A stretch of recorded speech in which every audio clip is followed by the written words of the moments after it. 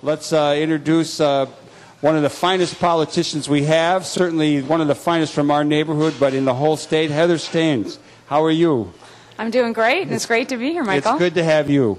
I know you were on our show before when Katie was the host, and you had to run over to Loyola because we were having some technical difficulties, which don't seem to be happening as long as the phone bill is paid. We have an ISDN line, and let me ask you to start off. You came on the scene a little over a year ago.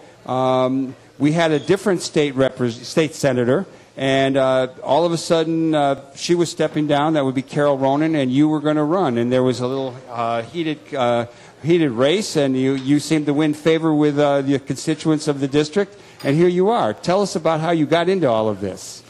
Yeah, well, I tell you, it has been a real honor to represent the 7th District. A couple of facts about the district folks should know is, one is the most diverse district in the state, and in fact, one of the zip codes in the district is the most diverse zip code in the entire country.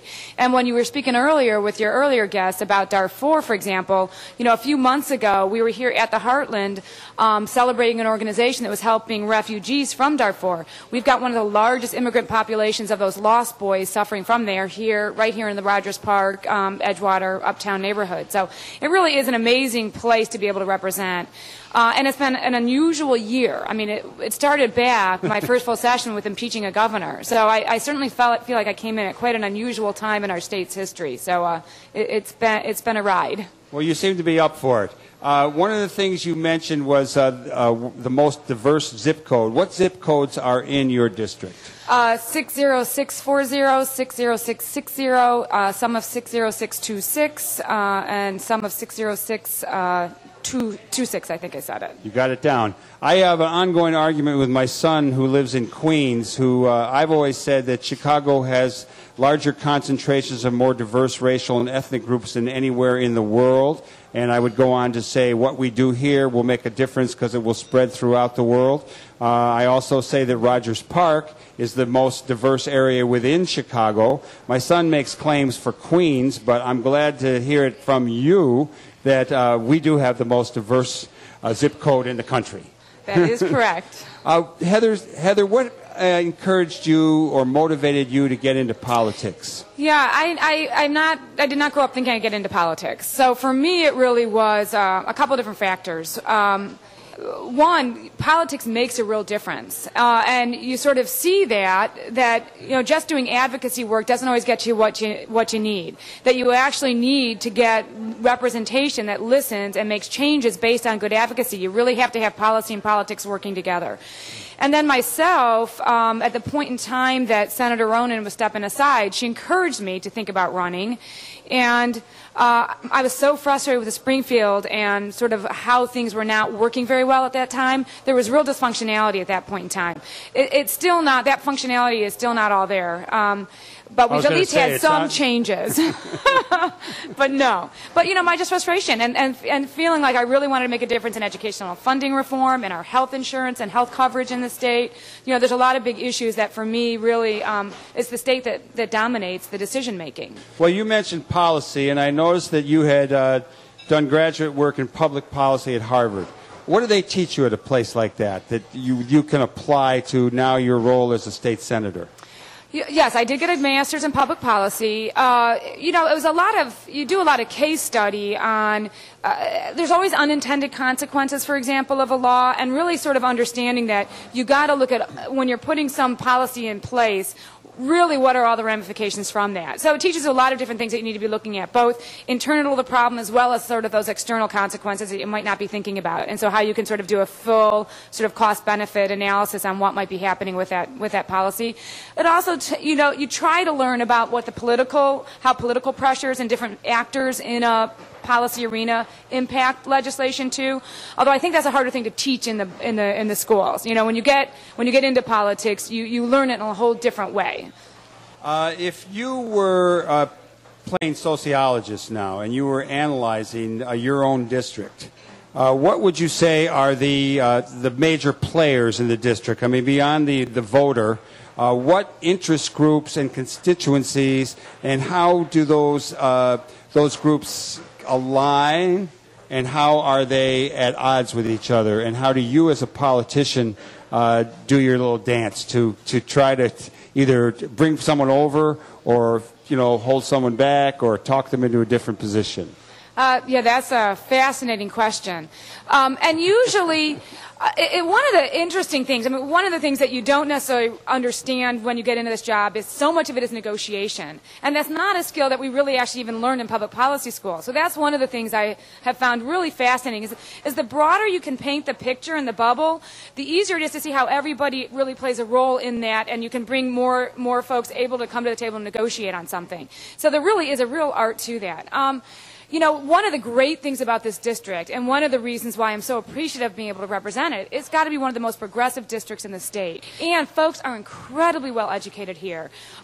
Campaigning really helps you sort of meet all elements. And I find if you pick out any public policy topic and relevant to the state, there are 10, 15 experts on that topic that live in this district. So there's a great wealth of resources from which to be able to draw on when talking about any public policy. So it is really the challenge is really harnessing all that talent and bringing it to the table so that you're not only hearing from the lobbyists down in Springfield who have sort of vested interests, because usually the folks here are dealing with a much broader picture, whereas some of the vested interests in Springfield, they're parochial, they're getting paid by some, and that's good, and they get good information, and we need lobbyists, but it's really helpful to have folks like we get in the district here who have the broader view from a public policy perspective. So my big challenge is trying to make sure I tap into that, get them to the table, and I'm hearing more real voices, not just the vested interest voices. Okay, well, let's take a week in the life of Heather Steans.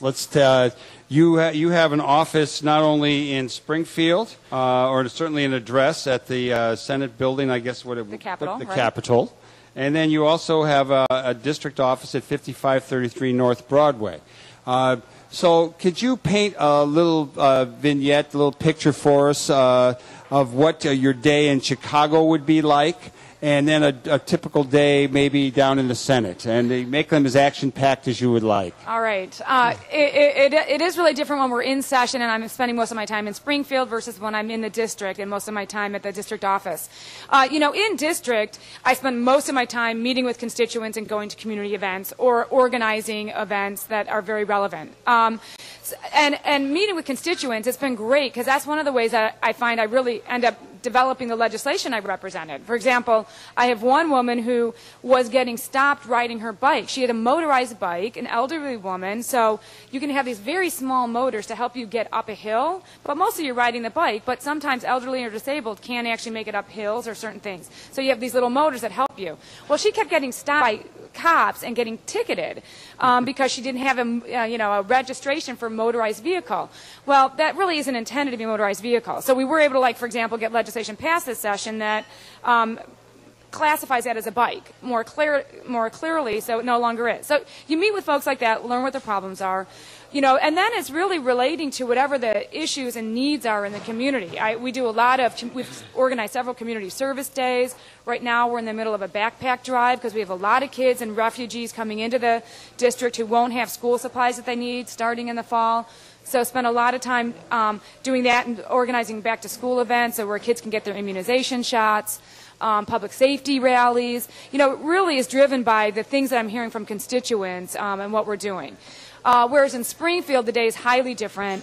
It's really, you sit in the door and it's just a revolving door of lobbyists coming in and asking for your votes to vote certain ways on bills and legislation.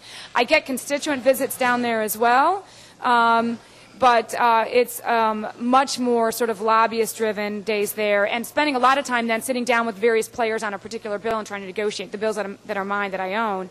And I had one great bill this last session on health insurance, for example, where it was very controversial. They were trying to get it put in the Health Insurance Committee, where I knew it would die, because this is a bill that would, in fact, make health insurance companies have a due process. If they deny a claim from somebody, that there will now be a process in place that you can go external to the health insurance company and say, listen, I should have gotten that claim, and there's now a review process in place to say, yeah, you should have. The health insurance company has to now give you coverage. So they were fighting it. So, my job then is to make sure it doesn't get into that health insurance Governance Committee, where it'll die, get it into a different committee, and then try to get the players together to negotiate in a way that we can actually get it passed, which we did. So I'm very thrilled about that. That's good. Yeah, and now it's waiting in the House for concurrence, and we'll hopefully get that one out. We should get it out when we're back in October.